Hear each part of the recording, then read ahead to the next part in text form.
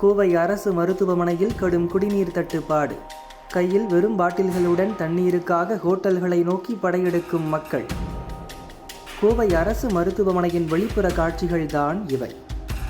மருத்துவமனை வளாகத்திற்குள் ஆங்காங்கே குடிநீர் என்ற பெயர் பலகைகளும் குழாய்களும் இருக்கின்றன. ஆனால் அவற்றில் தண்ணீர் வருவதில்லை. வெறும் காட்சி பொருளாக மட்டுமே அவை இருக்கின்றன. கோவை மட்டுமல்லாது நீலகிரி, ஈரோடு, திருப்பூர், திருச்சி என பல்வேறு மாவட்டங்களில் இருந்து நாள்தோறும் ஆயிரக்கணக்கான நோயாளிகள் இந்த சிகிச்சைக்காக வருகின்றனர். இவ்வளவு பரபரப்பாக இயங்கும் ஒரு தலைமை மருத்துவமனையில் அடிப்படை தேவையான குடிநீர் கூட கிடைக்காமல் நோயாளிகளும் அவர்களுடன் இருப்போரும் கடும் அவதிக்குள்ளாகி வருகின்றனர். குறிப்பாக பிரசவ வார்டை தவிர மற்ற எந்த பகுதிகளிலும் சுடுதண்ணீர் வசதி இல்லை. இதனால் நோயாளிகளுக்கு தேவையான வெந்நீரை பிடிக்க கூட வெளியே இருக்கும் ஹோட்டல்களுக்கு ஓட வேண்டிய அவல நிலை நீடிக்கிறது. ஒவ்வொரு பிளாக்கிலும் தடையின்றி குடிநீர் மற்றும் சுடுதண்ணீர் கிடைக்க நடவடிக்கை எடுக்க வேண்டும் என்பதை மக்களின் கோரிக்கையாக உள்ளது.